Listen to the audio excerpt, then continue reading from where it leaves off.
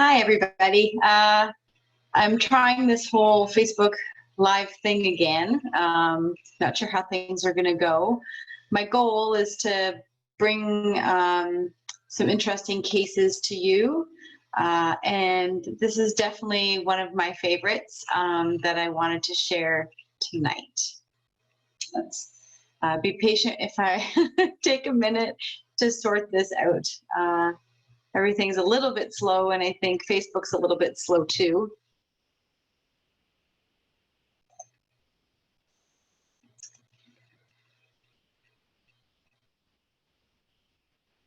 All right. So this is Oskar, and most of my clients have heard me at some point in time talk about this boy because he stole my heart fairly early on, and continues to be a huge part of my heart. And you know, one of the reasons that I started doing rehab and I continue to do rehab is the connections we make with not only people, but these patients who we see so regularly. They become a very, very big part of my family and my life. So Oskar came to see us. He had had a surgery for his cruciate in his left leg, and they were worried he might have a partial cruciate in his right. So they came for some rehab. He also had a weird left front lameness that at the time they thought maybe was some referring nerve root pain from some disc issues up in his neck. He was walking well, and he just had a little bit of pain management that needed to we needed to get under control, and rehab to build up his hind end for his cruciate tears. Oskar was a very hard-working dog, and he loved to go to the winery and work with his mom and chase the birds away. And so keeping him down for these cruciates was not easy, so we needed to get him up and working as soon as possible. So, oh, that boy. So we did a lot of pain management with him. We know that dogs that are painful don't want to do anything. They don't want to use their leg. They don't want to do their exercises for us. So he was on Previcox at the time and gabapentin after his surgery. And we kept him on those for the first month that he was coming to see us for rehabilitation. He received weekly water treadmill sessions. He got laser and acupuncture. He loved his acupuncture. And within a few months, he was strong. He was doing well. His forelimb lameness had almost completely resolved, and he was back to working and doing all the things he wanted to do. And then in April of 2017, him and his brother and his mom were attacked by two dogs, and it was a lot of wound management and getting him back. And then we realized he had actually completely torn his right cruciate during the attack. And so his moms did get surgery, and unfortunately this time the surgery wasn't as straightforward. He seemed to get reoccurring infections in the plate and in the knee, and it was a long battle trying to get that under control. So we couldn't put him in the water because he had these chronic infections, and the incision wasn't kept breaking open. Anyway, so it took longer. It took probably 5 months, maybe a little bit longer than that, to get him back. It was hard, again, keeping him down. Oskar likes to go to work, and he did not understand why he couldn't. So we did eventually get him back and up and working with the same sort of protocols we had the previous time. And then in December that year, something bad happened, and hopefully this video works. This is how Oskar came in. You can see he's got a pretty abnormal gait, really quick on his front, really slow and sloppy on his hind. He was extremely sore on his neck. And he had some gabapentin and tramadol, and that helped get him into the clinic so that we could examine him. So we talked about his gait. His neurologic reflexes were weak to absent in his hind legs, as well as his front, and he really couldn't get up and move around without a whole lot of assistance. And we talked about how to proceed.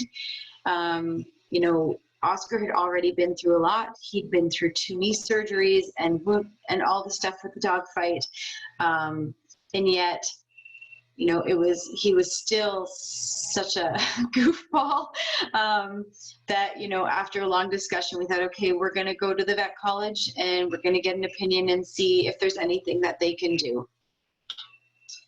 So they recommended surgery for wobblers. That's what he was diagnosed with. Wobblers disease is a instability in the spinal cord in the neck. And at this time he had a compressive lesion, meaning the disc that sits in between those vertebrae was compressing on his spinal cord and interfering with his function.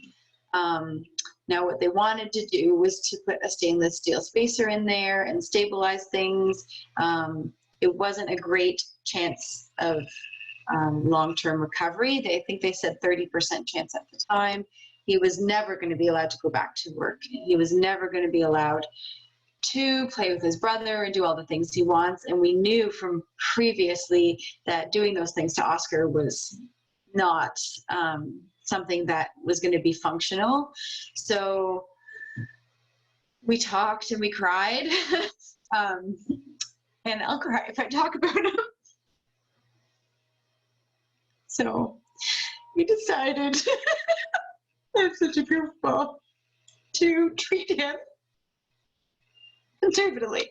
Okay, so surgeons were a little shocked that that's what we decided to do, but we moved forward with it. And he came in regularly for water therapy, acupuncture, laser. He was on prednisone, which, you know, we have a lot of discussions with people about prednisone and, you know, the side effects and long-term effects. And, you know, there are side effects with prednisone for sure. But, I mean, Oskar, it saved his life. And it gave him a way better quality of life. You know, it wasn't everything. He still needed, you know, the gabapentin. He still needed his acupuncture every once in a while, but, you know, it definitely helped and it made a big, big difference. There he is.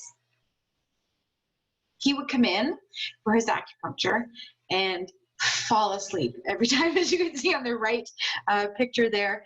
It definitely made him feel better. It helped with his pain control significantly. So he was on prednisone. He was on gabapentin.